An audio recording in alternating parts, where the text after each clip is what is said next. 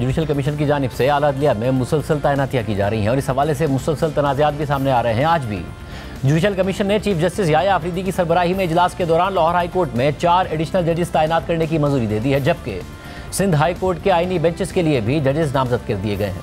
लेकिन उससे बड़ी खबर सुप्रीम कोर्ट के आइनी बेंच के हवाले से सामने आई है, जिसमें मजीद 5 जजेस के इजाफे की मंजूरी दे दी गई है। आइनी बेंच में खैबर पख्तूनख्वा से 2 जजेस जस्टिस शकील अहमद और जस्टिस इश्तियाक इब्राहिम खान, बलूचिस्तान से जस्टिस हाशिम काकड़, सिंध से जस्टिस सलाहुद्दीन पमर और इस्लामाबाद से जस्टिस आमिर फारूक को आइनी बेंच में शामिल कर लिया गया है, जिनके बारे में अहम बात यह है कि ये 5 जजेस सुप्रीम कोर्ट में 10 फरवरी को ही तैनात किए गए हैं। यानी सुप्रीम कोर्ट के मौजूदा सीनियर जजेस को नज़रअंदाज करके हाल ही में तैनात होने वाले जजेस को आइनी बेंच में शामिल कर लिया गया है, जिस पर आज सीनियर जजेस और अपोजिशन अराकीन की जानिब से मुखालफत भी देखने में आई है। ज़राए के मुताबिक आइनी बेंच में मजीद 5 जजेस शामिल करने की मंजूरी अक्सरियत राय से दी गई।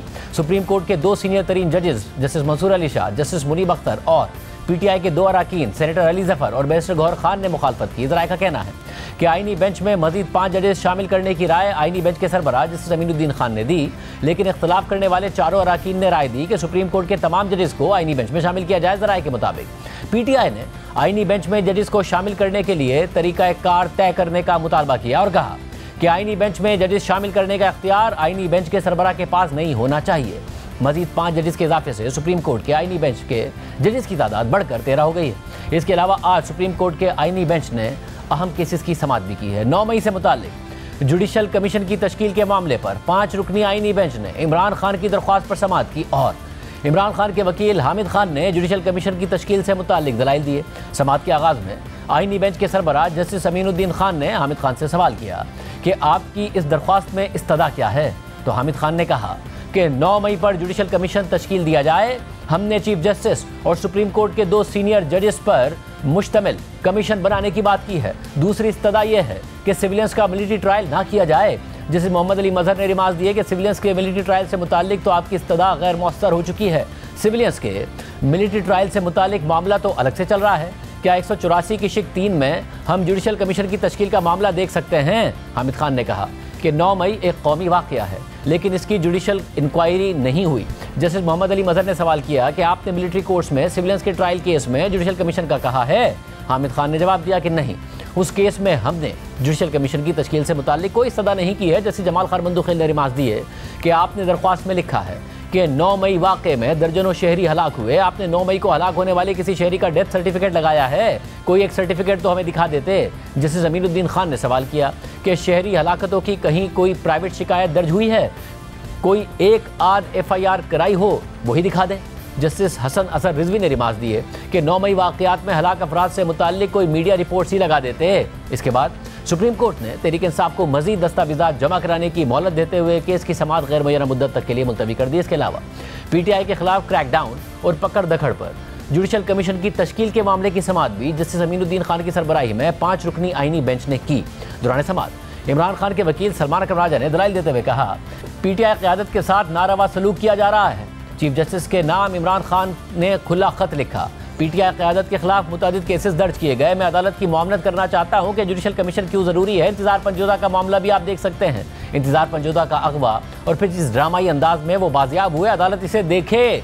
जस्टिस मुसर्रत हिलाली ने सवाल किया कि क्या इंतज़ार पंजोदा ने पुलिस को अपना बयान रिकॉर्ड करा दिया? सलमान अकरम राजा ने कहा कि इंतज़ार पंजोदा को कहा गया था कि आप किसी से मिल नहीं सकते हैं। वो तो सो भी नहीं सकते थे, ना ही बात कर सकते थे। इस मरहले पर जस्टिस जमाल खान बंदूखेल ने रिमार्क देते हुए कहा कि हमें हक़ाइक़ को मानना पड़ेगा। हम बाजियाब तो करा सकते हैं, लेकिन ऐसा क्यों हो रहा है इससे रोक नहीं सकते। आप पार्लियामेंट में हैं, पार्लियामेंट ही मुतल्लिका फोरम है, पार्लियामेंट में जाकर इस पर आवाज़ उठाएं। सलमान अकरम राजा ने कहा कि पार्लियामेंट इस पर कुछ नहीं कर सकती। जैसे जमाल खान बंदूखेल ने जवाबी रिमार्क्स में कहा कि पार्लियामेंट बहुत कुछ कर सकती है, वही असल फोरम है। सलमान अकरम राजा ने कहा कि अटॉर्नी जनरल ने कहा था कि कल इंतज़ार पंजोदा बाजियाब हो जाएंगे। फिर सबने देखा कि वो किस तरह बाजियाब हुए। लोग खौफजदा हैं, हर दूसरे दिन कोई अगवा हो रहा है। आपकी बात दुरुस्त है कि जब केसेस मुख्तलिफ फोरम्स पर चल रहे हैं तो फिर कमीशन ऑफ इंक्वायरी क्या कर सकता है? यह सवाल साबिक चीफ जस्टिस नासिरुल मुल्क के दौर में भी आया था। जस्टिस हसन असर रिजवी ने रिमार्क दिए कि 35 पंक्चर वाले मामले पर यह सवाल उठा था। जस्टिस मोहम्मद अली मजहर ने सवाल किया कि इंक्वायरी कमीशन एक्ट के तहत कमीशन की तश्कील का इख्तियार किसका है? तो सलमान अकरम राजा ने जवाब दिया कि इख्तियार तो हुकूमत का है,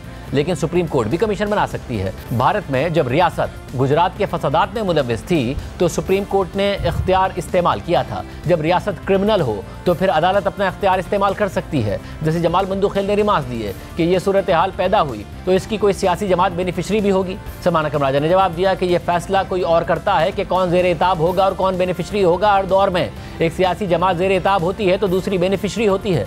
जैसे मुसर्रत हिलाली ने इस पर रिमार्क दिया कि फिर आप लोग पार्लियामेंट क्यों जाते हैं। सलमान अकरम राजा ने दलाइल आगे बढ़ाते हुए कहा कि अदालत सीसीटीवी फुटेज देख सकती है। जैसे जमाल बंदूखेल ने रिमार्क दिए कि सीसीटीवी फुटेज तो मुतालिका अदालत में आपका दिफा हो सकता है।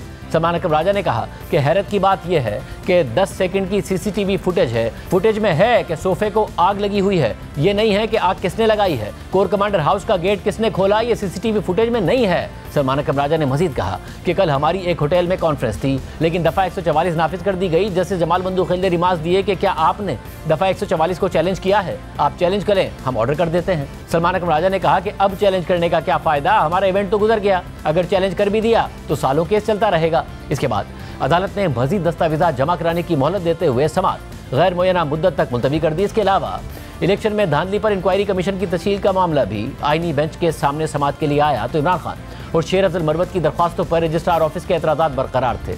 आईनी बेंच के सरबराह जस्टिस अमीनुद्दीन खान ने इमरान खान और शेर अफजल मरवत के बुकला से कहा कि आइंदा समाअत पर एतराज़ात पर दलाइल दें, एतराज़ात पर दलाइल नहीं दे सकते तो मरकज़ी दरख्वास्त पर दलाइल दें।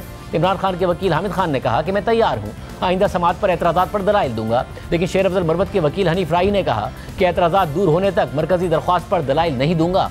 जैसे अमीनुद्दीन खान ने रिमार्क दिए कि हम इजाज़त दे रहे हैं, आप दलाइल दें, लेकिन हनीफ राही ने कहा कि जब तक मेरी दरख्वास्त पर नंबर नहीं लगता मैं दलाइल नहीं दूंगा। इसके बाद अदालत ने दरख्वास्त पर समाअत गैर मुय्यना मुद्दत के लिए मुलतवी कर दी। इस वक्त आला अदलिया में अहम केसेस की समाअत भी जारी है और अहम तैनातियाँ भी हो रही हैं जिन पर तहरीक इंसाफ के अलावा जुडिशल कमीशन में शामिल सीनियर जजेस भी सवालात उठा रहे हैं। लेकिन इसके बावजूद हुकूमत जुडिशल कमीशन में अपनी अक्सरियत की बुनियाद पर अपने हक में फैसले करवाने में कामयाब हो रही है, बल्कि सियासी मैदान में भी अपोजिशन हुकूमत को कोई बड़ा चैलेंज देने में अब तक नाकाम है। गुज़िश्ता 2 दिनों तक इस्लामाबाद में अपोजिशन की कौमी इत्तेहाद कॉन्फ्रेंस हुई मगर उसमें हुकूमत के खिलाफ किसी तहरीक का ऐलान नहीं किया गया है।